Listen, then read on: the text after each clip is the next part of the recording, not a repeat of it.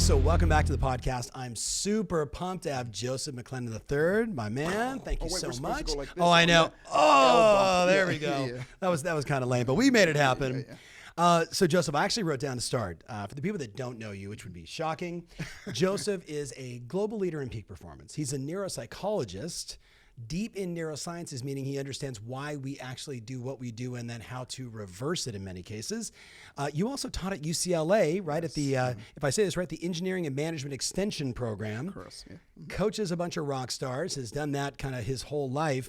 And, you know, like when he's not doing all that stuff, in his spare time, he's out speaking all over the world now via Zoom all over the world with his pal Tony Robbins and others. So I was like trying to compress like, you know, decades of experience and wisdom. Did I miss anything? No, you got it all. You got it all. I got to say, he's got a good looking son. Yeah. And he does That's have. the other thing. Yeah. My wife. That's my favorite. Yes. Yeah. And my wife said he has a spectacular garden, right? So there's that. So Joseph, first of all, thanks for being on the podcast. My pleasure. My absolute pleasure. So I was, you know, literally woke up early thinking about like the things I wanted to share with people, the questions I wanted to ask, to have you share with people. So I actually took a bunch of notes and wrote down thoughts and questions and things that I thought you could just shed some light on. But maybe before we do that, give maybe the person that doesn't know who you are just a little background on who you are, what you've done. And I know I covered a few of them, but give like, who is Joseph McClendon III? Cool. Well, first off, thank you for having me here. I've been excited about it as well. Yeah. By profession, as you said, I'm a neuropsychologist. And I always like to explain to people, here's the difference between that and traditional psychology, because I studied traditional psychology for a long time and did not practice it, quite honestly. I became a musician. That was, you know, I went through college to kind of satisfy my dad. Sure, you know, the old story. Yeah. But once I got into it and I started to realize that, in my opinion, all psychologists that are serious about it, they go to fix themselves first. Right. I've heard that same thing. Don't let anybody fool you. And so when I started studying that, I started to recognize that there's another side of it. It's called neuropsychology. And if you think of neuro as your nervous system, all five of your senses. And so we all communicate with our five senses, outwardly and inwardly. And the combination of, like, some people communicate better with their visual, some auditory, and so on and so forth. Kinesthetic, and So the combination of them can be hundreds of different combinations of all five of them. So as a neuropsychologist, as a traditional psychologist, I have one way of interacting with you and helping you, and that is my voice to your ears, which is just auditory and maybe some visual. But as a neuropsychologist, I get 5 different ways. I use the visual, auditory, and kinesthetic, the main, to get in. And so my outcome is always to go straight to the core of the situation, the challenge that you might be having, whether it be a fear of dogs, fear of heights, or, you know, anything that is some past thing you're holding on to, whatever it may be. And going on and A, finding what it is, B, helping you realize and acknowledge that this is what it is, because a lot of people are in denial about it, or they may think that it's something else. And then number 3, interrupting that pattern. Number 4, embedding into the nervous system a new and empowering pattern, and then giving them something to do so it conditions in so that they make it automatic. Said differently. It is just helping people figure out what's going on that's stopping them or holding them back, bust that apart, put something else in, and then give them a new way of making it so that it's automatic. Okay, so I've never said this on my podcast, but if you're listening right now in your car, you have to go to my YouTube channel, because if you don't see, you hear the animation, the energy that he brings to the table. So I know you're listening right now, but make sure you go to my YouTube channel. So, all right, so you study all this, and I know it's what you've done basically, you know, as your life's journey. What about the musician thing? Like, I mean, I follow you on Instagram, so I see, like, you know, when you're like in the studio and you got all these, you know, basses and, you know, like, so what happened there? Well, what happened was that was like I said, I studied psychology so that I could satisfy my dad. And I did, you know, I got, you know, my degrees and all those things and everything. I didn't get my doctorate till afterwards, but in the middle of it, my outcome was to become a recording artist, and I did. And I got a recording deal in 1990 with CBS Records, made some records, played a bunch of music, did all that stuff, and wrote a bunch of songs and everything, and loved it. But in 91, CBS changed hands with Sony. And so I got stuck in the company with no representation. It's called being shelved. And it was kind of that place where I had worked my whole life to do that, and all of a sudden it's gone. Kind of like a lot of people with COVID now, you know, gone. And so I I pivoted to doing this. And that's when and actually I had met my business partner, Tony Robbins, before then. But I went to him and I said, okay, dude, and I remember he said something to me that I pass this on to everybody. Yeah. Sometimes when you don't get your dream, you get your destiny. Oh, yeah. And what that means is you may be going after something, and along the way, I call it a voyage. You're collecting experiences and tools and strategies and things like that. But when you get to wherever that destination was, and it isn't exactly what you want, which most of the time it's not, by the way, then it's time to pivot. It's kind of go, okay, well, what can I do with all of these things? So I've taken all of that and brought it in, the entertainment side of it, and brought it into this. And now, and for the past several years, as you said, I had a practice in Los Angeles where I help people get over fears, phobias, emotional challenges, and things like that. And then working with people like Tony and others, I started doing live events. Yeah. And up until, let's say, January 15th was my last event. Or I'm sorry, it's the last time I traveled. So traveling to an audience versus Zoom and everything else, yes. And one might say my livelihood got the knees cut out from underneath live events. But it was interesting because, I always say, Tom, I don't teach theory. I practice what I preach. And part of what I preach is to be prepared. And so the pivot for me, quite honestly, was not radical. Matter of fact, I loved it. I love being home and hanging out with you the way I'm doing it right now. I love being home and living my life. And so from a psychological side of it, it was like a blessing. I look at everything that way. Everything happens for us.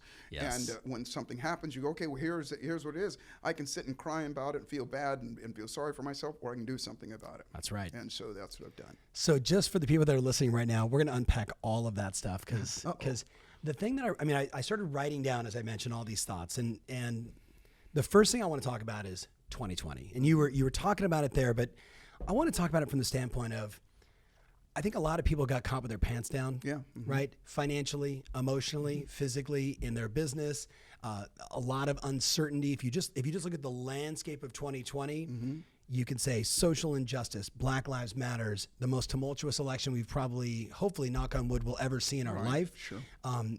Crisis, unemployment, and then at the same time, a lot of people that are listening here have also had one of the greatest real estate years, mortgage years, title insurance years of their life. And it's like this sort of crazy tale of the two. So, you've seen it. You work with a lot of people. I work with a lot of people, business people, friends, family members.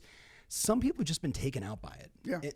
So the thing I wrote down is, how do you move from breakdown and upset and tragedy back into triumph? I'll start by saying this. And by the way, that's very perceptive because a lot of people just go, here I am. Right. Here's what it is. I don't know what to do. And aren't looking way around it. It's all psychology, everything. And it's not mindset. A mindset kind of infers that it's just a set of thoughts about a specific thing. Psychology are the core beliefs that we have about ourselves, about other people, and about the world around us. And so the first step is always awareness, and so to be aware of how you're feeling about everything that's going on. When you asked the question, when you said 2020, if you say that to most people roll their eyes and go, oh, I can't wait for this to be over, that kind of thing. Okay?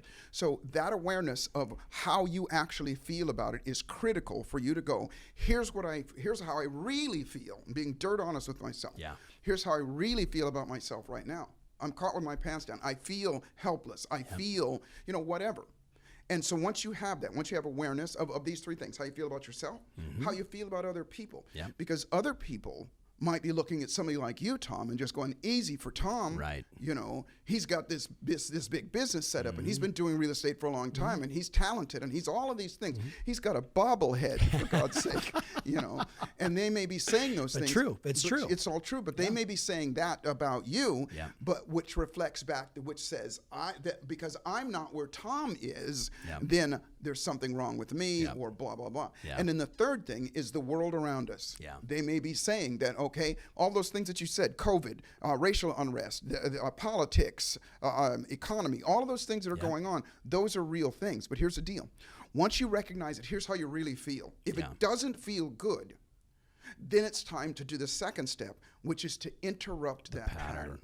And what that means is to snap yourself out of it in the moment. Okay, so is it just raising my hands and putting that $1 million smile on your face? I mean, but why? Like we know that it's so simple, and yet when you're in it, it's okay. This morning, be honest, this morning, right? I wake up, I just feel a little off. I do my yoga practice. I'm dealing with the resistance in my head, like you should be doing something else. There's a million other things to do. And I just felt like, so I went old school. I put on Jim Rohn, right? Like you can't go more old school than that. I'm like, come on, Jim Rohn, right? Just like, but I just wasn't vibing. And literally I'm walking from the parking lot into the office and I'm like, screw it. Yeah, exactly. And I just started doing, and I'm looking at, people that are like wearing, if you didn't know, if you're listening, I'm jumping up and down. I had to change my physical state. And from there forward, I was fine. Absolutely. Right? It's biochemically and physically, something happens to our entire body when we move it rapidly. Yes. And that's really all there is to it. Yes. We have our brain and our bodies create hormones. Dopamine is the best because it's like the love drug. It's the thing that makes us feel good. It's the reward drug. But adrenaline, dopamine, just all of the things, I call it awesome sauce. Yeah. That when we move our bodies, awesome sauce. It's just the combination. When somebody is in the zone, for example, I've had the privilege of working with a lot of great professional athletes and things like that. And we all know them to be in a zone. A basketball player can't miss it. Yeah. A football player can't miss it, whatever. And that zone, we all forget that we all get in the zone every time we get in the car, every time we tie our shoes, every time we do anything that we don't have to think about it, and we can do it automatically. That is our zone, which means we can tap into it. And the quickest, easiest, fastest way to do it is radical movement of the body. Yeah. It releases dopamines, endorphins, and all those things in the moment. And there's specific physical thing. You know me, I'm talking about shaking your ass and things like that. Which there's I love, looking up and things like that. Because just like you said, and there's a residual effect. What happens is all of a sudden you're no longer there. That's interrupting your pattern. Right. Now, what I say to people because here's what happens. People say, okay, well, great. I'll say, I realize I feel like crap. I'm scared. I'm all these things. So I did those 3 things, Joseph. What do I do now? The next thing is you talked about it with regard to moving your body radically. But one of the things that does, Tom, is that it does what we call interrupts the pattern. The pattern of whatever you're thinking about in the moment that's unresourceful. You create a blank spot. And that blank spot is a vacuum. And that vacuum is looking for something. That's the way nature is all the time. It wants to be filled up. And if you do just something as simple as put a big smile on your face, it makes your brain release dopamine right away. And you're no longer in that pattern. And now you're in a different pattern. Even if you're going, does this work? Or any of that stuff, you're no longer there. That's right. And then from there, move on. And when I say condition yourself, repeating that over and over again, even when you feel good. Like, for example, I tell people, get out your cell phone and set, I tell Siri, matter of fact, let me shut this thing down so she doesn't remind me. There's something that's coming up. And I tell Siri, I say, remind me in an hour to interrupt my pattern. And what that means is and everybody that's listening, write this down. Here's the formula to rapid, lasting conditioning change. There's several of them, but this is a real simple one. It's called feel bad, interrupt the pattern, feel good, and celebrate. Those 4 steps are the conditioning process. And what that means is set your phone. Say it one more time. Feel bad. Well, we don't want you to feel bad. No, but I you do. will. No, you do. I do. Okay, good. I do. I'll tell you why here in a Bring second. Feel bad, interrupt the pattern, just like Tom and I were just saying, radical body movement in the moment. Feel good, and then celebrate. Let me step you through them. I do want you to feel bad. I always say to people, if you come into my office and you got a fear of dogs, take a guess what's going to be in the office. It's going to be a dog because I want to scare the crap out of you. I want you to be feel horrified so that I can move to the next step, so that I can interrupt the pattern. That's right. Because when I interrupt the pattern, guess what you're not feeling in that moment? You're not feeling bad, and the brain is open going, give me something. And so that's when I say feel good in whatever means that you have to do it. Smiling is the quickest thing that you can do, and looking up and causing your brain to release the chemicals, because your brain is going, gimme, gimme, gimme, gimme. So whatever you give it, it's going to accept it. It's going to grab it. It's not going to question it. So if you do so cause yourself, every hour or so, feel bad on purpose. Go think about the worst thing, is possible thing, and then snap yourself out of it. Shake yourself out, and put a smile on your face and go, yes. And then celebrate by patting yourself on the back or doing a little dance or something like that, going, I did it. I snapped myself out of it. Because what the nervous system will do is it will go, wait a minute, I just got rewarded, which is what we're all after, okay, for doing what? It'll look for what you got rewarded for, and you got rewarded for snapping yourself out of it. So guess what happens? Yeah. It becomes a self-fulfilling prophecy that the next time you feel bad without making yourself feel bad, your nervous system will go, okay, wait a minute, I know how to get out of that. And it'll start to do it on its own. Yeah. And so you don't have to find yourself physically snapping yourself out of it. You've got a better attitude going through life. You've got a better perspective. Yeah. Because, you know, we say in NLP, Neuro-Linguistic Program, it's never too late to have a happy childhood. Yeah. And what that means is you can't change the past, but you can change how you feel about the past. Yep. And if you do, then you'll change your perspective on that. Yeah. Unconsciously and consciously. And you'll look at it as, oh, that was a growth experience. Yeah, that was what it was. Lastly, I'll say this. Yeah. On 2020, this is the history of 21, 22, 23, 24 down the road. What's happening right now is your history, regardless. Yep. You're going to look back on 2020, you're going to say one of two things. I'm glad I did this. I'm glad I listened to Tom Ferry. I'm glad I invested in myself this. I'm glad I did this, even though it was uncomfortable, even though it was hard for me to do. But I'm glad I did it, and that is why I prosper now. Yes. Or you're going to say, I wish I would have done this. The trick to it is to think ahead. Personal development means look ahead, see what you want to be, and start doing it now. Yeah. And so the trick to all of this stuff right now, it's a why, you know, if you're listening to us right now, it's why you're doing it, because there's a part of you that's going, I want to learn more. I want to grow more. I want more from my life. Yeah. And I'm willing to sacrifice not watching Netflix for a moment or, you know, scrolling through Instagram for a moment to get some information. Do you know David Goggins? I do. So I was listening to, I interviewed him a couple times, but I was listening to one little segment. He's amazing. But his story about the breakthrough for him when he said, you know, you know his background, you know how like from 0 to 18, he was just tortured unmercifully and but he said, but it finally shifted. He said, when I realized, like, you know, when he was going into the Navy SEALs, he's like, you know, I didn't like my childhood, but if I think about my childhood, it actually prepared me to come into this experience because I'm a bad mother, you know what? And he said, and you know what? Like to be a Navy SEAL, to be one of 35 African Americans in the history of all Navy SEALs, to be that guy. And not just one of the baddest of all of them. No doubt, right? I mean, I get like truth bombs. So I mean, David's just, you know, just a hero, right? But that reframing that I think a lot of people maybe missing, like when you were saying that point before the last point, it's reframing. It's like, hey, was 2020 the worst year ever? Yeah. Or was 2020 the beginning? Was 2020 the year I finally realized, hey, you know what? I got to toughen up. You know what? I better get my immune health right. Hey, you know what? I need to love on people more. I better get my finances in order. And you know what? I got to get my business kicking ass. And I think a lot of people, but not enough, are getting that. Yeah, I think most people don't get it. Yeah. I think, and here's the danger. First off, that's such a good point, Tom. It's such an amazing point because hold on. Yeah, there you go. Pat yourself on the back. There you go.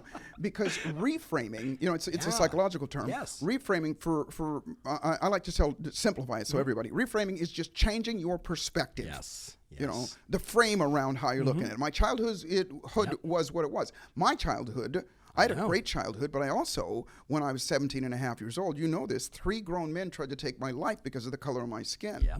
And I was telling this to, you know who Ray Lewis is? Of course. Ray is a dear friend now. We're working on a project which you guys are going to hear more about. I promise you. It is, and you're going to be part of this. I promise you. Awesome. And it is called Team No Excuses. And I was just speaking to him this morning, and we were kind of exchanging some stories. And one of the things that made him who he was he had a similar experience. Let's just say bigots attacked him when he was young as well. And he had a shift in his life. But here's what I said to him, and he agreed with me as well. And I say this to a lot of my black brothers and sisters, that we have a level of self-loathing that other races don't necessarily have. I say don't necessarily have, but for a couple reasons. Because when that happened to me, I said my level of hatred was over the top. But it wasn't hatred for them. Don't get me wrong. I didn't like what they did to me, but I hated myself. I hated myself because there was a part of me that was saying, if I didn't have this skin, then this wouldn't have happened to me. Now I'm intellectualizing it now, but in the moment, I wasn't aware of this stuff. You were 17. Yeah. And so that drove me to become homeless. Yeah. And at that point, what changed it for me, you talked about Jim Rohn earlier. Yeah. Somebody gave me the book Think and Grow Rich by Napoleon Hill. And then from there, I started listening to Jim Rohn. I started listening to all these things, and it changed my life. Yeah. And so what changed the most was, as you call it, the reframe. Yeah. It was my perspective of what happened. Because now that I look back on it, of course I didn't like getting my ass kicked. Of course I didn't like all the things that happened. I don't like all of the things that happened to me even since then. I don't like what's going on around. However, it is what it is. And what are you going to do with it? Right. Not about it, but with it, because it's part of our lives right now.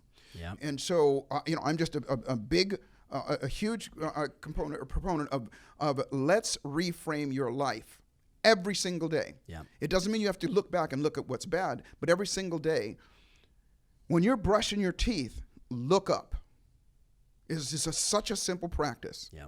Look up. Look yourself in the eyes. There's your reframe in the moment. Look yourself in the eyes and say the magic words. Say the 4 magic words. Your name, I love you. And as you do that, all the things I talked about before, interrupting the pattern, release of dopamines, all of those things, conditioning, starts you to believe in yourself on a level that's unconscious. So you walk the earth with a different perspective, if you will. Yeah. An expectation. Yeah. I'm so glad you shared that. Someone's listening right now who's going to say, but because I've heard it, I guarantee you've heard it more than I have. But Joseph, I'm just lying to myself then. Yeah. And I agree with you. Yeah. You are. Yeah. But you know what? You're lying to yourself the other way as well. Yeah. Which lie are you going to tell the most? Yep. If you're saying that everything is bad, the 3 Ps that we talk about, we think that it's permanent, pervasive, and personal. Yeah. If you're lying to yourself and saying it's all about me, I'm doing terrible, and the world is terrible and all these things, some of that is true, but what you're forgetting is that there's, like you said earlier, in real estate, there's so much opportunity out there right now. It's unbelievable how much opportunity there is. Yep. So it is, a lie means that you know better and you're saying it anyway. Yeah. If I say to you, hey, listen, your shirt is yellow. I know it's blue. You guys can't see this if you're listening to it. I know it's blue, but I'm lying because I say that it's yellow. Yep. Okay. But there's a part of me that knows that it's blue. So if you know it's a lie, then if you're saying, yeah, Joseph, you're great and you can do that and this is the truth and everything, what you're forgetting is that you're lying because there's so much great going on as well. Exactly. There's always. Last thing on that is I'll say that it was Napoleon Hill who said, within every adversity lies the seed of equal or greater benefit. Yep. Look for it. As ye seek, so shall ye find. So I've gotten through question number 1.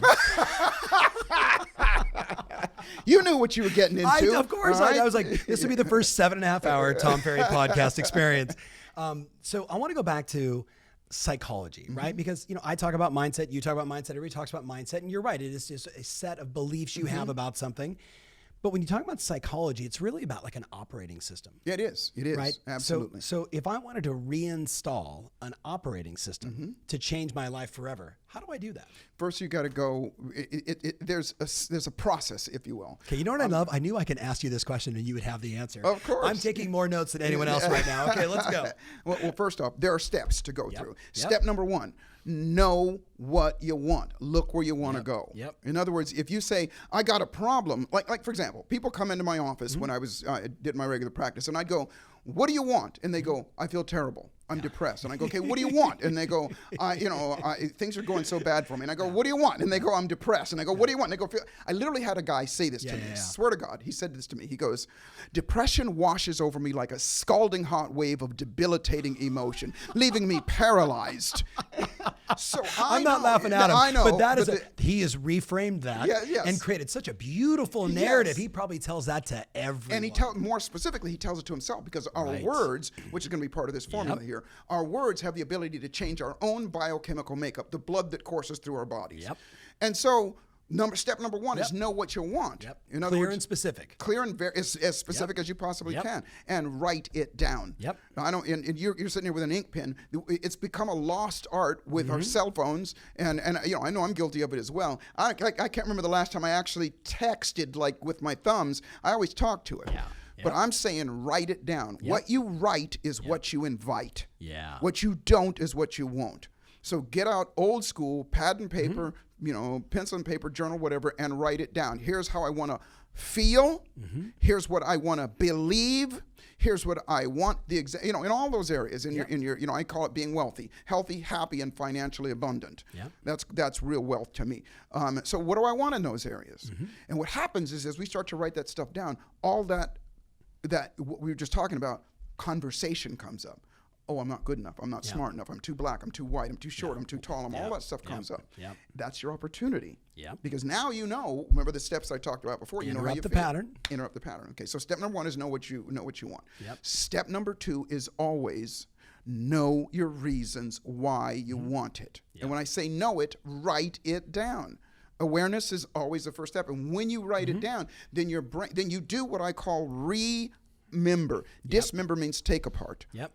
To remember means to align and connect your conscious mind with your unconscious mind.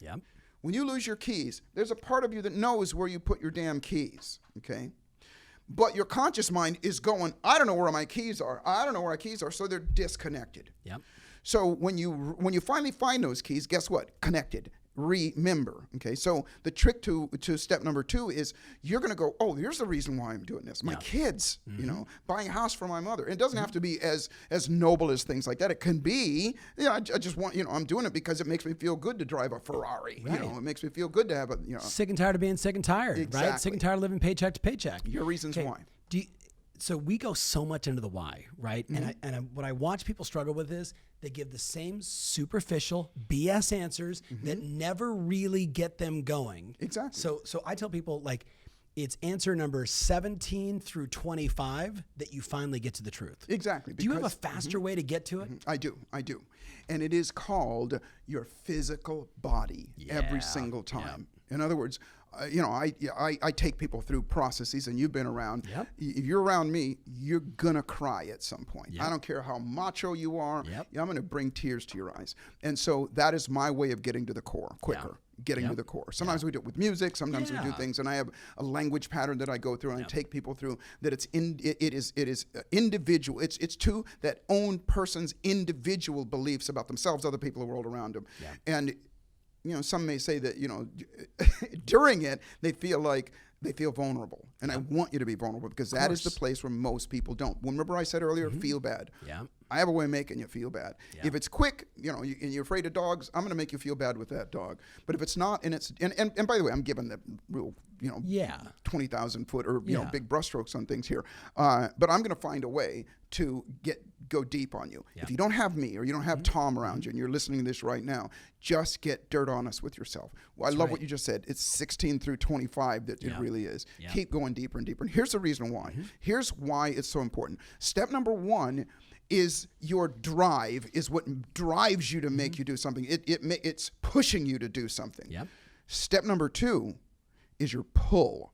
It's what's pulling you into something. And those two together, when you have those and you visit them real deeply and you get the emotion behind them, then here's what happens. They become what's called a cybernetic loop, or part of the cybernetic loop, which one feeds the other, one feeds the other, one feeds the other. Okay. It's like a flywheel. And then step number 3 is always, we said it before, you got to interrupt that pattern. Because like I said, you're not going to feel good when you figure out your reasons why and what you want, because there's a part of you that's going to go, I don't have it. It's too much work. Tom has it. Tom's got a bobblehead. I keep going back to that. You guys can't see it. We have to make sure we get him a bobblehead. Stared down by Tom the bobblehead. And it's scaring me. I'm going to need to work on myself after this. Interrupt the pattern. I have to interrupt my pattern and go back on it. And so once you interrupt the pattern, now, I'm saying interrupt the pattern now, but this is knowing all of these steps. Then you're going to have to prepare, because an interruption of the pattern on its own is only going to stop things in the moment. If you don't do what's the next step is to add the resources that you need. Bingo. And that's emotionally, And by the way, I should back up for a second. Here's what psychology is versus a mindset. Okay, psychology are the constant, you called it operating system, that's true, are the constant, conscious and unconscious thoughts that we have about ourselves, other people in the world around us. Okay. Constantly. We're constantly doing it. We're judging ourselves, we're judging other people, and we're judging the world around us. And validating nonstop. See, it's real. See, it's true. See, it's real. See, it's true. Look on the TV. See, the whole world's falling apart, right? Exactly. Versus like, those guys are having an interesting moment right now. Exactly. I'm going to go have a different moment. I'm going to have a different moment. And by the way, that enables you to go and have another moment. That's right. Because as soon as you go, I always say to people, now it is so much easier with our cell phones, with YouTube, with everything, to get locked in. I guarantee you we've all done this. You pick up your phone or you go to YouTube or something like that and you start looking at it. And then you wake up 3 hours later or an hour later and you've been sucked in watching this stuff, flipping through it. And you go, whoa, I should be doing something else. We never go, oh, great, I caught myself. I snapped myself out of it. We feel bad because we did, okay? Yeah. Some of you will know that moment is this. I think I drank too much last night. Exactly. It's the same thing after 3 hours of, sitting on YouTube watching something crazy. We get hypnotized. We get hypnotized with the same system. So know what you want. Know what you want.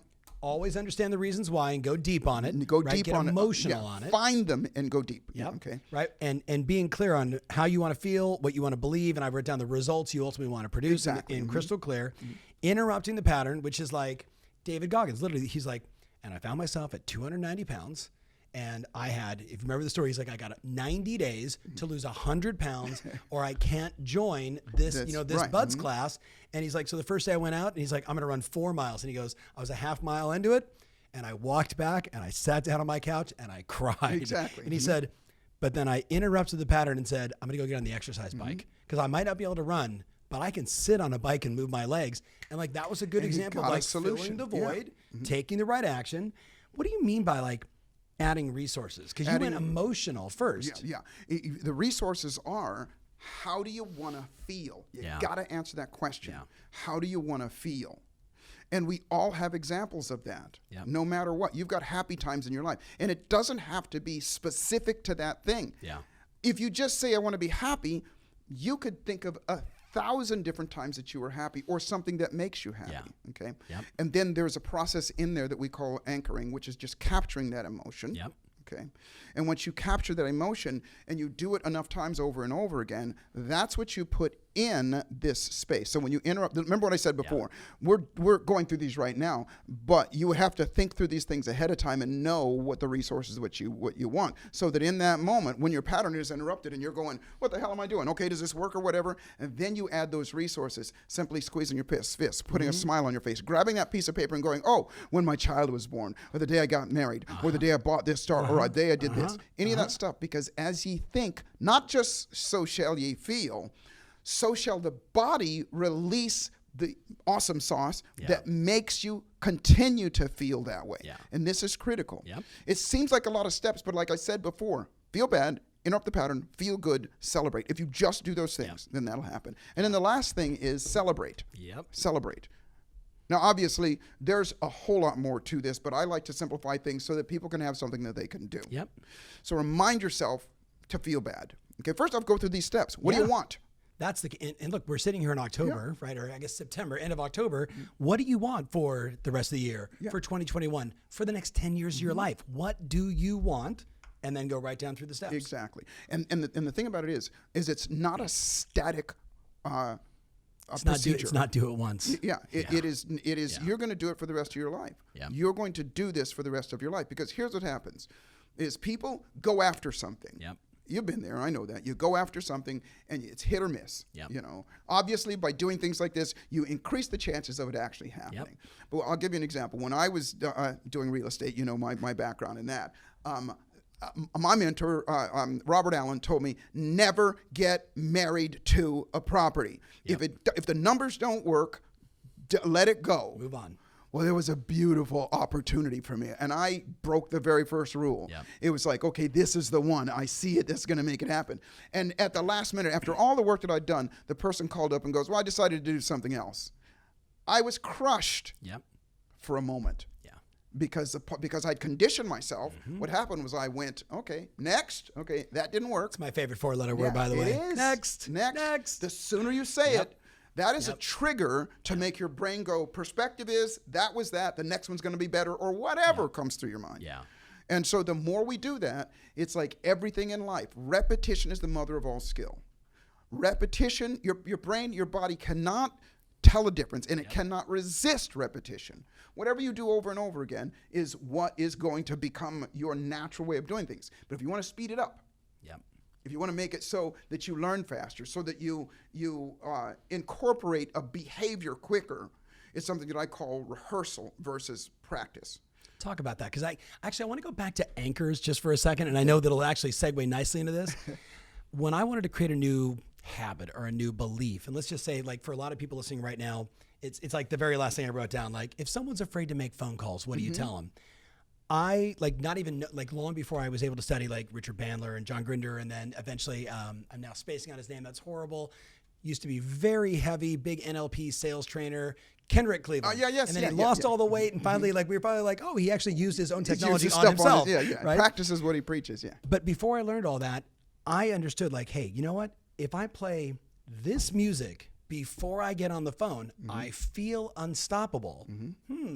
And if I want to feel unstoppable on the phone, which is probably a pretty good idea when you don't really feel like making phone calls, I found myself listening to certain, like, ladies and gentlemen, let's get ready to rumble, all that stuff. Or I'd have Star Wars, the movie, like, or old school VCR, right? Star Wars. That's way before my time, Tom. I don't remember that stuff. But having that playing in the background, and suddenly I was like, Jedi Knight, ready to get on the phone. And like the lightsaber was my headset.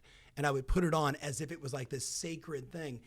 There's something about creating those kind of habits and rituals. So you were kind of, I think, going there. Yeah.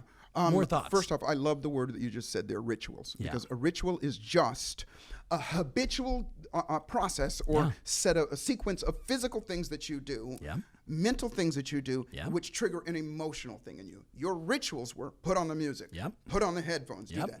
You didn't know why and how you were doing it. And we could spend all day, and I could, we could go deep into your, but who cares? Right. Do you care? It made me feel good, and if I felt good, I did better on the phone. That's all it was. If you're listening, you might be saying, "Well, I care because I want to find out how he came about it." Well, I'm going to tell you, okay? Feel good, interrupt the pattern. Feel good, celebrate, and what that means, and this is how you anchor yourself. An anchor, is a trigger. An anchor is, remember I said there's 5 senses? Okay. All 5 of our senses.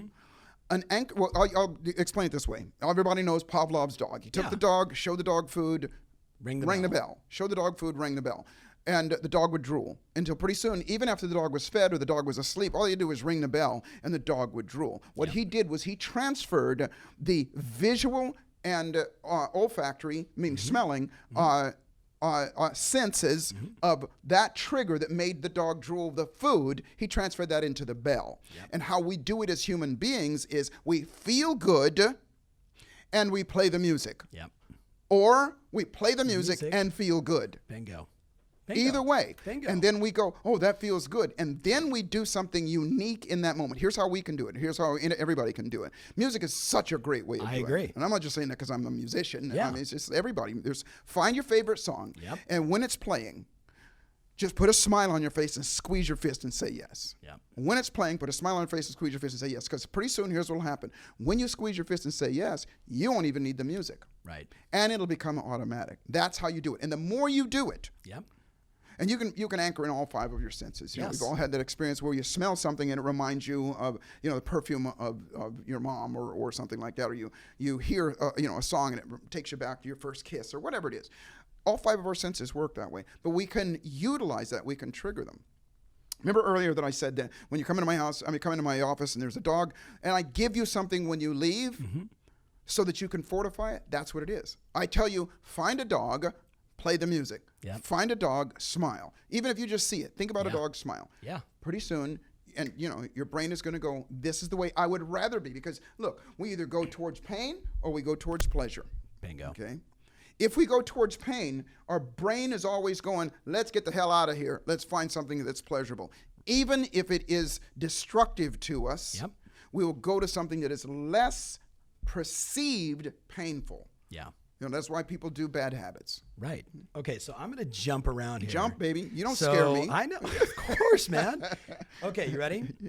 Health and vitality. So I was actually looking at my 20-year vision, and then right next to it, one of the things I have in my 20-year vision is identify the world's biggest problems, isolate one, focus on it, and work towards solving it. Make that a part of my life's mission. And being very honest, there's about 20 on there. I don't have one yet that is pulling me into it, but one of them is obesity. And I asked myself, like, I mean, you are as fit as they come. You are as energetic as they come. And I know, like, for me, like I'm an energetic guy, but you raise my energy level, right? Like, I love that. The question is, like, there's a lot of people out there right now, Joseph, that are stuck physically, right? Especially now. Right. Like that, COVID-19 and I put on the COVID-19, right? Yeah. So it's the first time I heard that, by the way. Really? Oh yeah. I'm like telling everybody, like, hey man, we're going into that time of the year when everybody puts on 10 pounds during the holidays. Like, maybe we need to take off the COVID-19 first and then take off another 10. Give the listeners some insight. Like, okay, first of all, tell them how old you are. I'll be 67 in, what is today? I'll be 67 in 34 days. December what? November 6th. November 6th. I gotta write that down. All right, so November 6th. So when you hear 67, everyone out there watching or listening knows, we know people that are 40 and old. Dude. You with me? Right? And then there's guys like you, 67, that are like, okay, 67 or 27. Like, which one? So there is no fountain of youth. But there are certain habits and rituals and things that create long-lasting health and vitality. Could you just shed some light on that? Like, if someone was listening right now and they just wanted it, but they've always wanted it, but they've never done it. Got it. Yeah. What do they do? Remember this. The best time to plant a tree is 20 years ago. Yeah. The next best time is right now. So wherever you are, you still plenty of time, and it's time to do it. History is replete with examples of people, just like you were just saying. Yeah. He lost 50. I mean, he lost. What was it, 90 pounds? Like 90 pounds in like 90 days. In 90 days. So it is possible. Yes. So we all know this possible. It's there. And so I'll give you what I call the 8 pillars. Remembering this. I'm sorry, the 6 pillars. Remembering this, that if you change, and it's not some Herculean thing that you got to do. If you change 1% a day, at the end of the year, that's 360 degrees. It's a completely different person. 1%. So these 6 things that I'm going to share with you, if you just make a little bit of a shift in each of these every single day, and when I mean every day, get out Siri and tell her to remind you. And they go like this. The air we breathe, I'll be more specific about these, but I'm going to give you the list first. The air we breathe, the water we drink, the food we eat, the thoughts we think, the moves we make, the words we speak. It even rhymes. Air we breathe, water we drink, food we eat, thoughts we think, moves we make, words we speak. Okay? By design. Okay? Now, let's start at the very beginning. I love that. All right. Breathing is number one. It's the most important thing that you do, but most people take it for granted. Yes. Most people, okay, if you're, I'm going to do it in front of the camera here, but I'll explain it to you if you're not watching. As I'm taking a deep breath in, you'll watch me. My shoulders are coming up. My chest is coming out, my stomach is going in, and my head is coming back. And I actually get about 1/4 of an inch taller as I'm doing that. And that is how most people breathe. But because oxygen is the most important thing to your energy, to your health, to your immune system, to everything, you can't go more than 3 minutes without oxygen before your brain starts to die. You want to get 100% of the oxygen that you can get in you. And when you're breathing like that, you're literally collapsing the bottom third of your lungs. You're missing at least 1/3. And if you're sitting down, it's 50% of the oxygen capacity because the stomach is coming in. Most people, when they take a breath, they're going like this. And the reason that that's happening is they're actually pushing their diaphragm up, which is collapsing the lungs. And you're trying to fill up, and if you've ever seen lungs, they're smaller at the top. And you're trying to fill up the biggest part, or the smallest part up here, which is the least effective part of your lungs. So once a day, remember, Siri is your friend. Technology is your friend. Say, Siri, remind me to breathe. And just stop and take 10 deep diaphragmatic breaths. You'll get lightheaded in the moment until you've done it a few times. If you get lightheaded, it means that you need to do this more. Till pretty soon. And what happens is if you take these deep breaths, just take it in down here in your abdomen and let it out. 10 of those, and then just go about your day. You're breathing anyway, right? Right. What'll happen? More energy right away. Instantly. Energy is electricity. Most people think of it as just get up and go, but what makes you get up and go is the electricity, the literal voltage that's going through your system. So when you breathe, you create you cause what are called these piezoelectric cells, which are our muscles, to release electricity. And you start to feel better. Your immune system, everything about you, you look better, all those things. Second thing is water that you drink. You know, we're sitting here, both of us, you're drinking tea, I'm drinking water and things like that. Try to put as few impurities into the water that you can. You know, we've always heard this thing about you should drink, 8 glasses of water every single day. That ain't going to happen with most people. No. Tell Siri to remind you every 2 hours to drink a glass of water. That's it. Yep. Just a glass of water. It's simple. Yeah. Because the same thing. When you drink water, water conducts electricity. As soon as your body has water, and your cells need the water, they need it to lubricate, they need it to create compounds, they need all those things. But I know people that have lost weight just because they started to drink more water, but it means they also stopped drinking something else. But they stopped having the Diet Coke and the yada yada yada. But here's the other thing that most people don't understand, and you hit the nail on the head, because when we drink anything else with anything else in it, especially sugar or impurities and things like that, the body has to use more energy to filter that stuff out. Bingo. And because it's doing that, it is storing fat and not getting fat. The other thing is how we lose weight is through our urine when we pee. That's how it leaves your body. It doesn't just burn off magically. You're not sweating it out. It goes out through your urine. So the more you drink, the more you pee. The more you pee, the better you'll feel. The better you'll feel, the more weight you lose. The more I pee, the more weight I lose. I'm gonna have to write that one down. That's good. Some of you are like, what is it? Where is the direction of this podcast going? Yeah. So air, water, food. Food's the tough one for people. It is for most people, but here's the deal. Your body wants to eat the right stuff. Yeah. It truly does. Yeah. The reason it doesn't is that we have been psychologically hijacked, and we have conditioned ourselves. And unfortunately, with food, it's literally a drug. The more sugar you put in your system, the more of the toxins that we put in our system craves it more. Yeah. Sugar is as addictive, if not more addictive, than cocaine and other drugs as well, because there's a dopamine release. And it's legal, and it's in everything. It's in everything. Interesting fact, years ago, you're old enough to remember when they used to call rich people fat cats. Oh, yeah. Right? And you know why? Yeah. Because back in the 1600s, when and if you look at the pictures of wealthy people and the rich people back there, they were obese. All fat. Yep. And here's the reason why. Because sugar was very expensive. Sugar came from the Far East and China and so on and so forth. So it was very expensive to get here. Well, now it is the cheapest commodity now, and it's in everything. Yep. So the obese people are the ones that are eating because it's cheap. It's cheap food. It's in everything.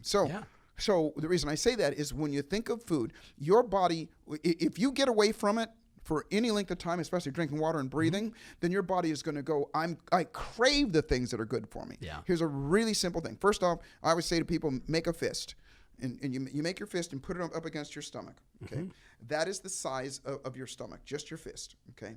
Now imagine that burger, that shake, and all that stuff trying to fit into that fist. If your plate, what's on your plate is bigger than your fist there, then you're stretching your stomach and you're getting more food than you need. Okay. Now, if you're still hungry after you eat, it means you need to breathe and you need to drink more water. Period. End of story. Lastly, I'll say this. So very, very simple. Stop right there. That's it, right? Yeah. That's it. But here's how you defeat the programming that has already happened to you. And that is this. First off, you got to understand the mechanics of how we work. When we eat, you've heard this before, digestion starts in the mouth, right? You put food in your mouth, you chew it up. That's called a bolus when you're chewing that food. The body releases saliva. Saliva is an acid, but it's not just so that it breaks it down and get it ready for digestion. It has a very specific purpose. When it breaks it down, your tongue absorbs that whatever is in that food, and it sends a signal to your brain that tells your brain what nutrients are in that food. Nutrients are the only thing your body needs. It doesn't need the calories as much as it needs the nutrients. Yep. It needs the nutrients because the nutrients are the building blocks for the cells to create compounds and to duplicate themselves. Okay, so when you eat that, your brain says, okay, this food has this many nutrients in it, so I only need this much food. I don't need all this other stuff. Example is, if I gave you a banana and you ate that banana, Tom, and you never had a banana before, you would go, this is pretty good, but you probably wouldn't ask for another one. And as a matter of fact, think about it. How many times in your life have you eaten more than 1 or 2 bananas? Hardly ever. Most of us, 1 banana. And here's the reason why. Because a banana has almost 100% of all the nutrients that your body needs to live. You could literally live on bananas. So when you bite a banana, that same process happens. It sends a signals to your brain. It says, this banana has all the nutrients I need. I only need one banana. Yeah. So it tells the stomach, you don't have to be hungry anymore. Eat one banana, you're done. Okay. But if I give you a French fry, if I give you a potato chip, you'll eat those till they're gone, and you'll lick your finger and stop. And here's the reason why. The food has been chemically altered to shut off that mechanism. So it's economics 101. If I can get more of my food in you, you're going to buy more. That's right. So what they do is they shut it off. Here's the other thing, is that they're removing all of the stuff that shoots to your brain and says, you're full and I need this. It means saying, the food you're eating isn't needed by your body. But your bodies keep going, I want more, I want more, I want more, I want more. If you become 10 to 15 pounds overweight, it starts to shut it off as well. That is why obese people that have a lot of weight on them, they can't stop eating because the brain is going, I need this. The brain's going, I need more food. I'm starving. People that are overweight are actually starving. They are nutritionally starving. Yeah. So here's the solution. Number one, you got to interrupt that pattern. You got to drink more water. You got to eat more. Drink more water. Breathe more. Then you've got to do this. You've got to, like I said, look at your fist. Make sure that your food that you're eating is at least 70% fruits and vegetables. Bingo. 70%. Now, you say, well, I love pasta. Well, you can still eat pasta, but, 30% of it, at least 70% food and water. I know vegetarians that are overweight. I do too. And because, they still eat, some of the other things that are there, but it's water content food. Next. And I'm giving you, obviously, this is a super. This is like day 4 of the UPW. I mean, you're giving them an 8-hour seminar right now. Yeah, and it's 14 minutes. So quick. Food we eat, thoughts we think. Yep. Okay. We already talked about that before, Yep. If you, like you just said, I love what you just said earlier about you look in the future and you go, here's what I want. I want to look like this. I want to feel like this. I want this stuff. Think of it that way. Yeah. Thoughts we think means as you're eating your food, imagine that food is just giving your cells the nutrients that they need and burning that, all that stuff and everything. Yeah. Next is the moves that we make. Yep. If you just freaking walk. Yeah. Right. Get out and walk. Right. Half hour, 45 minutes a day at a brisk walk. Yep. You don't have to get on a treadmill and go crazy. Is that going to accelerate things? Yeah, yes. Maybe. But for most people, it's not. Because I always say, if we give people simple things to do, then they'll probably do them. If you give them the hard things to do, if I go to the gym and work out like our friend, you're not going to do it day number 2 because your muscles are going to hurt so bad that you're going to go, that hurt, I'm not going to do it again. So get out and walk. Excuse me. Last are the words that we speak. Talk to yourself and talk to, if you're listening to me now, blame it on Tom. Go, I was listening to Tom's podcast and he had this freak on there and this is what he was saying. Okay. Talk about it. Yes. Yes. Like I said, go to the mirror, look yourself, teach what you know. Yeah. There's a part of me that's going, I'm being an imposter, but going, you know what? Yeah. Yeah. But here's how I don't be an imposter. I'm going to eat this. So air we breathe, water we drink, food we eat, thoughts we think, moves we make, words we speak. Yeah. And that's a real quick overview of it. I love it. I would just put an S at the end and put sleep. Well, here's the deal. Yeah. That's I actually would say sleep we take. Yes. You know that from before. But all those things happen as a result of all this stuff. Yes. I only removed it because people say, well, I don't sleep well and everything. Well, you don't sleep well because just air we breathe, water we drink, all those things. Yeah. Okay, so I'm going to hit you with 2 questions. And then I've got a bunch more. This is super awesome. I really appreciate you. So one of my buddies said, hey, ask him what he's taught Tony and what has Tony taught you? Oh, wow. That's a great question. Well, the thing I would say what I've taught Tony is everything he knows. That's the right answer. Yeah, I don't know the answer to that. I think I'd have to ask him. I've never really thought that. I've never really thought that. One thing that Tony always says, he goes that everybody is superior to me in some way. That's right. Everybody knows something that I don't know. Yeah. And he's not just saying that to be gracious. It's the truth. And then he says, but I also know that I'm superior to somebody else. So I've never asked him that question. And what do you think he would say? I know what he would say. He would say, you taught me how to take things lighter. Yeah. You've taught me how to laugh at myself more. You've taught me how to be more joyful.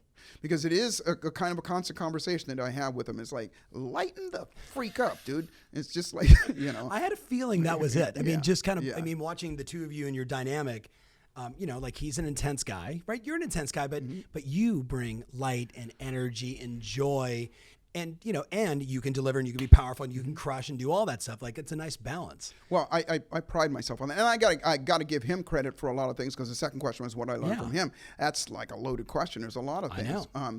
I came into his world with a substantial amount of knowledge about psychology and about how people function and so on and so forth, and he's taught me a lot of things, practical application of it. I guess and I'll never forget this. One of the things, when I went to his very first seminar, I watched him take somebody that had, I think it was a fear of heights, that I was taught that's going to take months and years. For sure. He wiped it out very quickly. That's when I got hooked, and I said, I got to learn that stuff. And so speed. Yeah. Right. Speed in real time. And effectiveness in being able to do it. Yeah. Absolutely. Okay. You ready? Three sort of questions. Again, it's like people kind of knew I was going to interview. So they're like, ask him this question. Hey, Joseph, someone you love has low self-esteem, someone in their teens, maybe in their early 20s, could be in their 30s, 40s, or 50s. But speaking of the teenager, the early 20s with all the uncertainty, low self-esteem, how do you help them? Well, here's the deal. First off, it's the same formula that I gave you. You remember this saying? I think I said this at our event. If you don't ask them what they want, on some level, they know you don't know. Yeah. And they will think they'll feel like you're trying to get them to do something for you and not for them. Yeah. And so sometimes the hardest people to help are the people that are closest to us, because sometimes we're not the person to do it. Right. So ask them, what do you want? Yep. And go through the same thing that I just told you before. They're going to go, some of them are going to go, none of your business, or I don't know, or whatever. And you go, okay, that's great. When you feel like talking about it, let me know, because I got a way that I can help you get what you want. Yeah. And then come back to them, and then come back to them, and come back to them. Sometimes they will go, well, I just want to feel better, And you don't ask them what's wrong, because they know what's wrong. They're going to tell you, I don't feel good about myself. And then you're going to go, the average person is going to go, well, listen, you're great. Why would you feel bad about yourself? You're this, you're that. And I learned this a long time ago. You're not listening to me. Yeah, exactly. You're not getting me. When it just blew me away. And fortunately, and one of my teachers was John Grinder, from NLP. And Richard Bandler. And so I remember, I kind of opened my office and I just put it out there. If you have low self-esteem, if you have whatever's going on, come to me and I'll help you with it. And so this beautiful woman walked into my office. On a scale from 1 to 10, she was a 13. Yeah. And I said, well, how can I help you? And she goes, traditionally goes, well, I feel terrible. She said, I feel ugly. I feel, and first my brain wanted to go, are you freaking kidding me? Yeah, have you seen you? Yeah. But it doesn't matter what I think. The reality was that's what she's feeling. And then through the process, I kept going on, well, what do you want? What do you want? And she goes, I don't want to feel this way.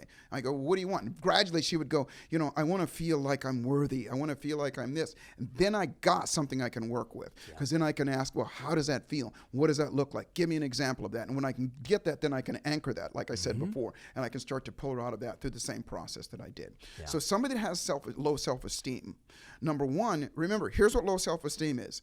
They have a negative perception of themselves, other people, and the world around them. It is not just of themselves.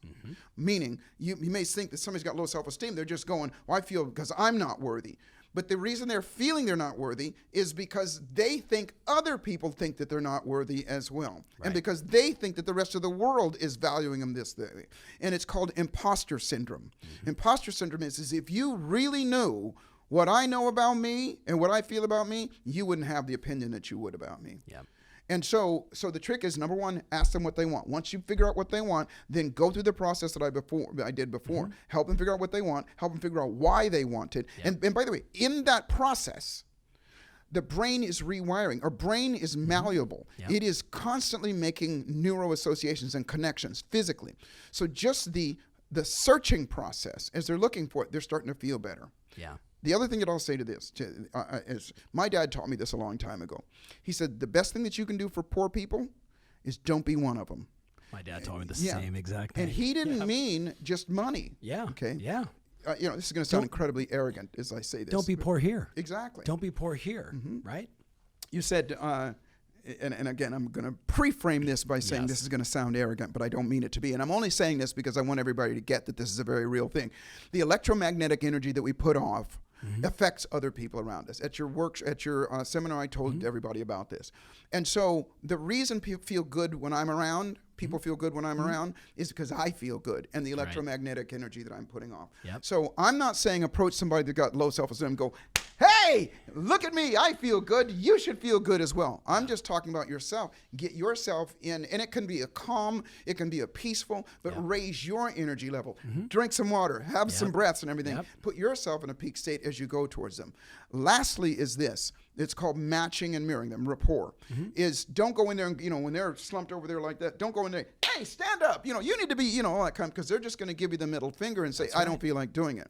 Approach them the way that they are, the tone of voice that they're saying, even the posture that they're having in the moment. This is Milton Erickson 101. Yes, it is. I love it. Yes. Because what you do is then you can bring them along. Well, you build rapport. Rapport. You match them, their energy first. You don't walk in and say, come on, let's go. Exactly. Right? To the layperson, rapport is just what we call align and redirect. Align with them. Align with them by being, say the same, talk like them, be like them, as much as you can, and then you can redirect them. If you don't, you're batting yourself up against a brick wall. Love it. Love it. I know a lot of people, that's going to help a ton of people out there. So I got another one. You ready? If someone was struggling with addiction, is there anything different? Depends on what the addiction is. The process is still the same, but it also depends on what the addiction is. Because oftentimes, some addictions carry with them a chemical change. Alcohol, drugs, weed, whatever. You're literally putting something in your body that changes your biochemical makeup. The process is still the same. You still got to go, what do I want? Why do I want it? And you got to interrupt the pattern. It's just that the timing of when you do those things, especially the interrupt the pattern, is going to be important. I'll give you an example. When a person is in the throes of an addiction, let's just use alcohol for example. When they're drunk is not the time to make the change. Okay, you got to catch them, because listen, here's what happens. When I'm just going to use alcohol as an example. They drink so that they feel better. Right. But the chemical that's making them do that is altering their brain. But at some point, they feel better and they go, okay, and their brain is going, okay, this doesn't feel so good, but it's better than what I was feeling before. When it starts to wear off, and it starts to go away is when they feel the worst. Because then they're going, this thing has got me, I screwed this up again, and so on and so forth. That's the time to interrupt the pattern. That's the time, because you've got less of the chemical in your body that's affecting you. And they're emotional, and they're listening. Everything. They're having the conversation in their own head. They're doing it anyway. It's just a pattern. It's just a thought process. I love it. Thank you for that. All right, so I'm gonna go a totally different direction. Okay. Megapreneur 60-20-20. You nailed this at the summit. I had a lot of people raving about it. So talk to people about, first of all, megapreneur. What does it mean? And then 60-20-20. How do they apply it? First off, a megapreneur is a term that I made up. I know, which I love. And here's what I use. A megapreneur is an entrepreneur that, two things. Number one, it's that upper, I'm going to say 3 to 5%, probably less. 3 to 5% of people in whatever field that operate at that highest level. Right. You're a megapreneur. People look at you and they go, good God, if I was Tom, I do this, because your level of success, especially in this field. But let me requalify that. What you're doing, which is so great, is you're bringing other people and giving them the tools, the processes, the strategies all the way around that they can be more like you. Okay. But the reality is not like me, the best version of them. The best version of them. But in their brain, they hit new levels for sure. Guess what they say? I want to be like Tom. When I ask people what do they want, people will go, I want to be like Tom. I want to have his income. I want to have his happiness. I want to have all of these things. Okay. So in their brain, they're using you as the model. We started off by saying they're going to model. Okay. So a megapreneur is somebody that operates at that highest level in whatever it is that they do. And here's what I mean by that. Your level of success, I know you. Your level of success is not just financial. Your level of success, you're a healthy guy, you got a great family, you're happy all the time. I don't know if there's ever a time that I've seen you that you're not that far away from a smile. Okay. And you're a happy guy. So you're a megapreneur. So my guess is that whatever you go after, you're going to be in that upper 2 to 3%. Do you have that belief about yourself? 1,000%. 1,000%. Then you're a megapreneur. And so I use myself as an example of that as well, because it's a system. I'll tell you about the 60-20-20 system in a moment. But whatever I go after, I have that absolute certainty as well. I've had this since I created this, and now I've got it to a science and I can teach it. But in the very beginning, it was just for myself, because I recognized when I was homeless, I recognized that I had to be different, not only than what I was, but when I wrote down what I wanted, it was very high aspirations, especially because I was living in a cardboard box. I don't know if people actually got that. When I was homeless.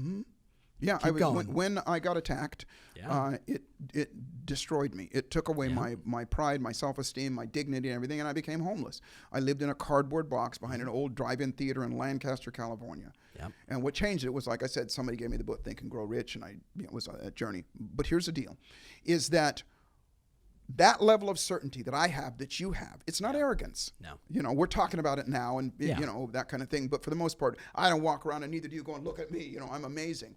We just have that thing about us, which is, it's energetic as well. And my journey was, when I was homeless, I wanted a home. But I didn't just think, okay, I just want a home. I said, I want to own a home. I wanted to own a home. I didn't have any money. That's big. That's big when you're homeless. I literally, and I'm going to give away my age. Well, I already told you my age. I collected Coke bottles. I collected Coke bottles and cans and things like that, and I saved up. And I painted numbers on the curb. I did everything I could to earn I think it was like $350 to go to Robert Allen's course about buying houses for no money down. I remember the book. But because I had the formula.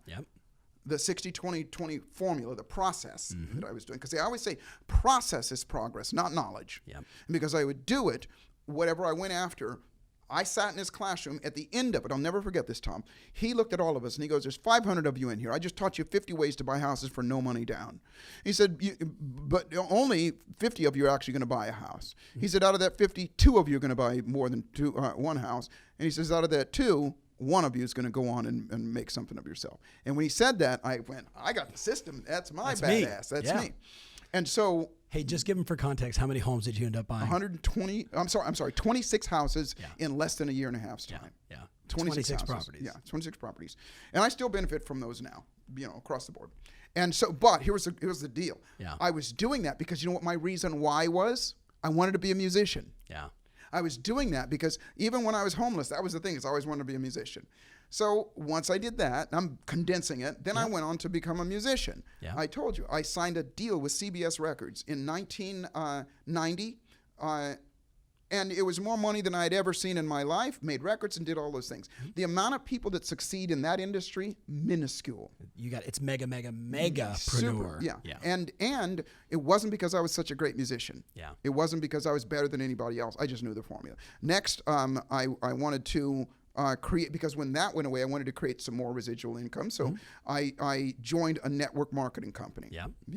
And the name of the company is irrelevant, but I rose to the top of that company's pay schedule in 22 months. A trek that they say is a 5 to 10 year trek. And it wasn't because I was, again, the best at it. I just knew the formula. And I, got a 6-figure income, and I still get that income to this day. I get it to this day. And I've retired from it.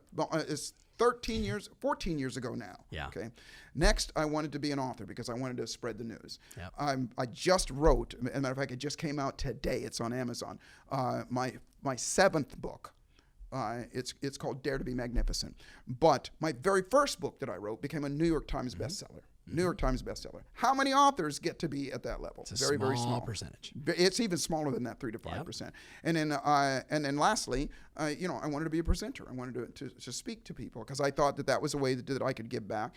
And as you know, prior to COVID, and now, by the way, it's even more. Yes. Before COVID, I was in front of easily 15 to 20,000 people every single month. And now that COVID's over, now it's even more because now we're doing virtual We do that every week. Yeah, it's crazy. It's crazy. And so all of those things, I share that with you because I have a formula. The formula is, and so everything that I approach with that same process. The 60-20-20 rule is, and you might want to write this down, it is that valuable. And even if you don't, I never see you again, I want you to understand the fundamentals of it, okay? We've all heard the 80-20 rule. Yep. The 80-20 rule is that anything in life is 80% psychology and 20% mechanics. That is why you see people that they're not as smart as you, they're not as talented as you, but they're more successful than you. It's because they have a different psychology. Yep. Now, I added to it because in the process, there's things that you can do. And so I call it the 60-20-20 rule. It's 60% psychology, still the biggest piece. And remember, psychology is how you think about yourself, the perception you have about yourself, other people in the world around you. And within all these things, obviously, I show you how to do those things, how to shift those things. 60% psychology, 20% energy, electricity. How you generate it, how you have it, how you create it, how you store it. Energy, because that is going to give you what you need to do anything that you need to do. We all know what to do. We don't not lose weight because we don't know how to lose weight. You quit putting so much food in this hole. Move your body, you'll lose weight. Yep. We don't become successful in real estate because we don't know, because it's not because we don't know how. We run out of steam. Yeah, we don't have the energy to do it. We don't Yep. have the psychological, emotional, Yep. or physical energy to do it. So you've got to get that around. And it's simple. Yep. I didn't say it's necessarily easy, but it's simple. And once you start doing it, it becomes a geometry thing. Here's the catchy part of it. Here's the part of it, and I don't have my props with me, so I can't show you. And the other 20% is magnetism. Yeah. Magnetism. Now, this is not the secret and the laws of attraction. That's part of it. Yeah. That's part of it. Of course, that's called knowing what you want and thinking about it and dreaming about it, and the reticular activating system. All that stuff that works. Right? But check this out. Yeah. And first off, that whole process that you just talked about there, and the secret, the laws of attraction, it's a 5,000-year-old philosophy. Exactly. With very little process. Yes. Very little process. Yeah. So magnetism is this.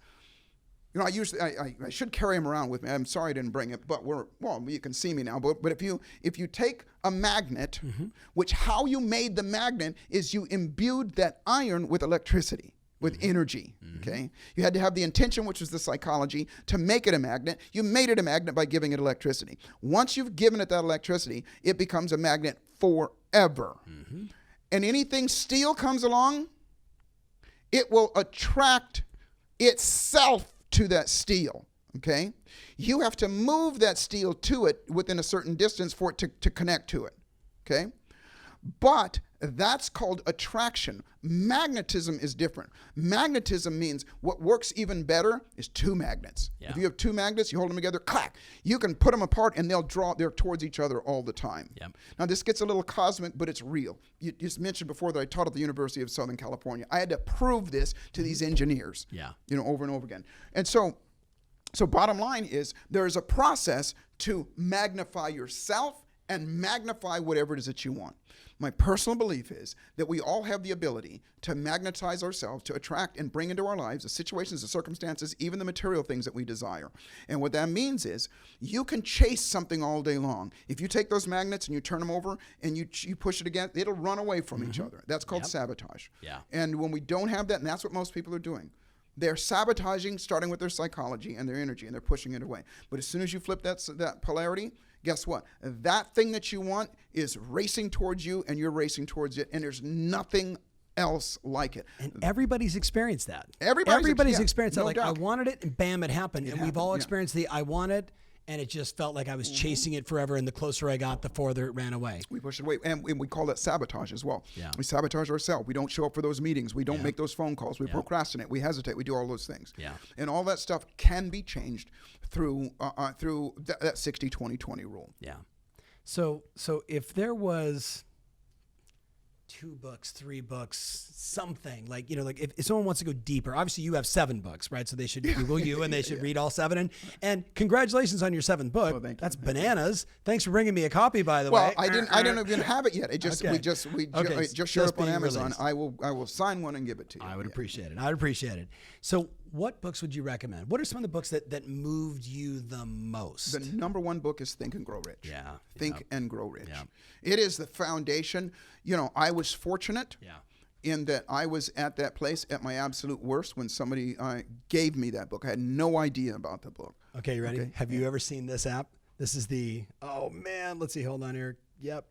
This is the old school. I haven't looked at it in a while, but it's the Think and Grow Rich, and it actually has the 11 principles on video, and it's Napoleon Hill going, I've seen it, yes. How do you do? Yeah, so nice to see you. Black and white. It's just, right? Yeah, and he's old then. And that was 100 years ago. Exactly. Yeah. So I'm a huge fan. If you haven't, audio, Earl Nightingale did a beautiful version of it, right? My dad's mentor. It was fantastic. Like a reading of it that was spectacular. Oh, that must be immaculate. So Think and Grow Rich. What's number 2? Number 2 is called Outwitting the Devil. Ooh, I've not written. Guess what? Here's the deal. You're going to be blown away by this. Yeah. Guess who it's written by? Who? Napoleon Hill. Oh.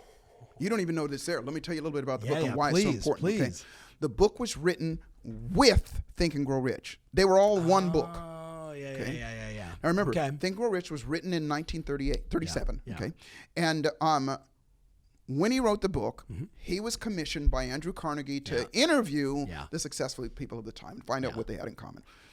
But he also wrote the second part of it, which is called Outwitting the Devil. And if you remember, if we think about when you're reading Think and Grow Rich, towards the end of it, he starts to talk about masterminds, and he starts to talk about using your imagination to. And he would use his imagination to say that I'm sitting in a room with Abraham Lincoln and all these people. Yep. Okay, that was super freaky back in the 30s. Yes. Think and Grow. I mean, Outwitting the Devil is he has a conversation with the devil. Wow. And when you read the book, and by the way, however, my recommendation, here's how I read books now. Get the audio book and get the hard copy so that you can, because remember, use your hand and underline it and highlight it and things like that. But when you're reading Outwitting the Devil, I just got truth bumps that you're saying as well. You will swear that it's written about today. It was only published in 2011. They kept it. They did not publish it because they thought people would read it and go, "This guy's nuts."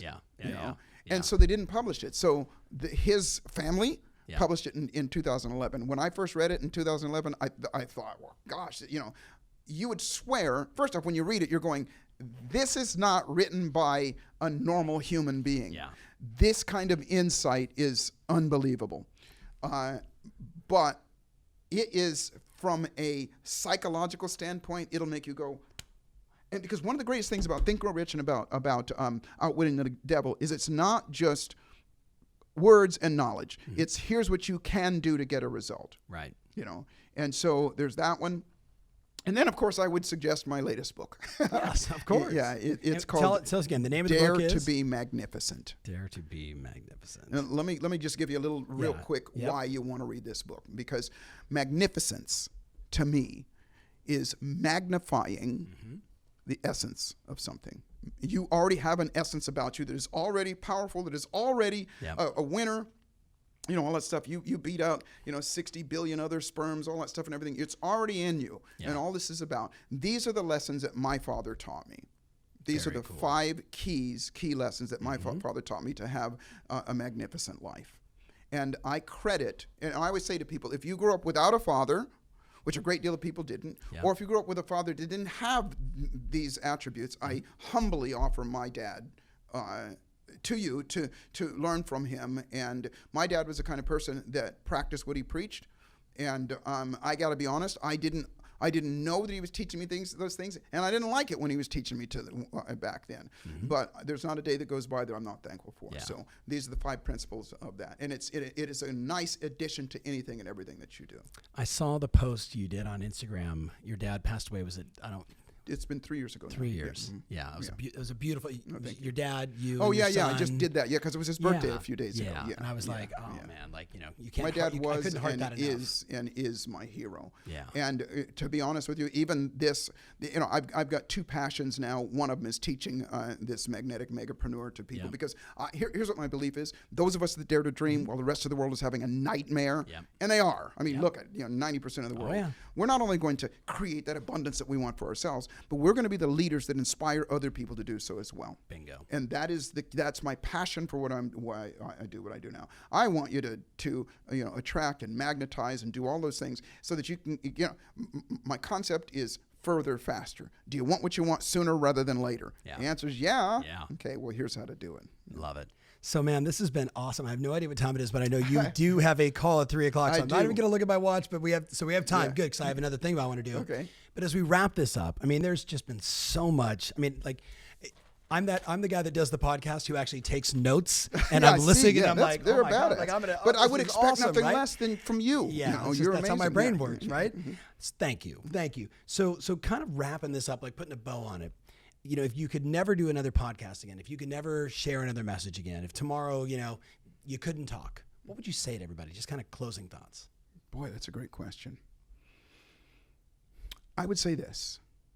It all starts with, remember what I said, your psychology. Yeah. Okay. And the most important part of your psychology, remember there's three things: yourself, others, and the world around you. The most important one of those is how you think about yourself. And so I said this earlier, and I got this from Ray Lewis, by the way, so I like to give credit where credit's due. Yeah. I've always had this exercise that I've done since day one, and that is the mirror exercise. Go to the mirror, look yourself in the eyes, say the magic words, say your name. And by the way, when you look yourself in the eyes, don't just look around and, you know, look yourself in the eyes till you get shaken, till you get that feeling where you're looking at your own beautiful, precious soul. Yeah. And say your name out loud. And just from your heart, from your soul, from your guts, say, I love you. Even if you don't believe it. Yeah. Even if you say, I'm lying. The more you do it, remember, your body can't tell the difference between what's real and what's not, and you cannot resist repetition. Say those words, because that is approaching that, and that is fueling the number one belief that you need to have to go further, faster, and it is your belief in your love in yourself. Yeah. And so when you say that, the last thing that you do is when you walk away, squeeze your fist, say yes, pat yourself on the back, do whatever it is to praise yourself, because that's going to teach you to do more of it. That's going to teach you to believe it. Lastly, I'll say this. Remember a while ago I started to talk about how to expedite things. It's through rehearsal, not just practice. Yep. Practice is doing something over and over again, just repeating it over and over again. Yep. You will get better at it. Yep. But if you want to speed up the process, add praise. Repetition is the mother of all skill. Praise is the father. Praise yourself. Shake your ass, pat yourself on the back, say, I freaking rock, do whatever it takes, Yep.